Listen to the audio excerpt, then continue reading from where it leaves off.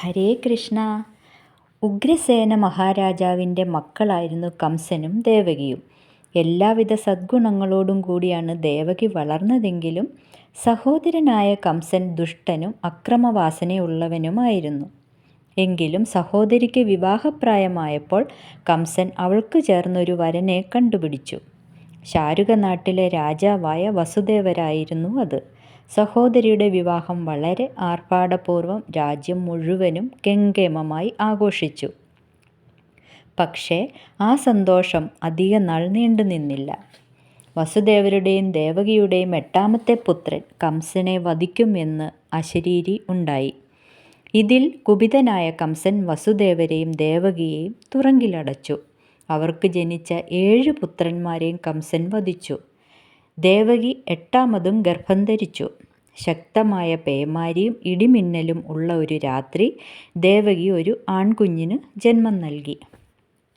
ഈ സമയം ദേവന്മാർ ആകാശത്ത് നിന്ന് പുഷ്പവൃഷ്ടി നടത്തി. ഈ കുഞ്ഞിനെ ദ്വാരകയിൽ കൊണ്ടുപോയി കിടത്തിയ ശേഷം അവിടെ ജനിച്ച പെൺകുഞ്ഞിനെ എടുത്തുകൊണ്ടുവരിക എന്ന അശരീരി കേട്ട് വസുദേവരും ദേവകിയും അത്ഭുതപ്പെട്ടു. കാരാഗൃഹത്തിന് കാവൽ നിന്നിരുന്ന ഭടന്മാർ പെട്ടെന്ന് ഉറക്കത്തിലേക്ക് വഴുതി വീണു. ദേവകിയുടെയും വസുദേവരുടെയും ചങ്ങലകൾ താനേ പൊട്ടി. കാരാഗൃഹവാതിൽ താനേ തുറന്നു.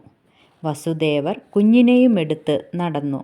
ശക്തമായ പേമാരിയിൽ നിന്ന് സംരക്ഷണമേകാൻ നാഗരാജാവ് പണം കുടയായി പിടിച്ചു വഴികാട്ടി. കരകവിഞ്ഞൊഴുകിയ യമുനാ നദി വഴിമാറിക്കൊടുത്തു. അങ്ങനെ ഭഗവാൻ ശ്രീകൃഷ്ണനെ ദ്വാരകയിലെത്തിച്ച ശേഷം അവിടെ ജനിച്ച മായാദേവിയെ ദേവകിയുടെ അടുക്കലെത്തിച്ചു. ആ നിമിഷം പ്രകൃതി മാറി കാരാഗൃഹം പഴയതുപോലെയായി. കുഞ്ഞിൻ്റെ ജനനമറിഞ്ഞ കംസൻ കാരാഗൃഹത്തിലെത്തി. കുഞ്ഞിനെ കയ്യിലെടുത്ത് വധിക്കാനൊരുങ്ങി.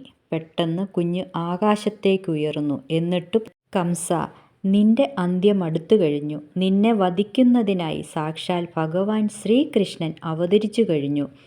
ദേവകിയുടെ 8ാമത്തെ പുത്രൻ ദ്വാരകയിൽ സുഖമായി കഴിയുന്നുണ്ട്. അവൻ നിന്റെ അന്തകനാകും തീർച്ച.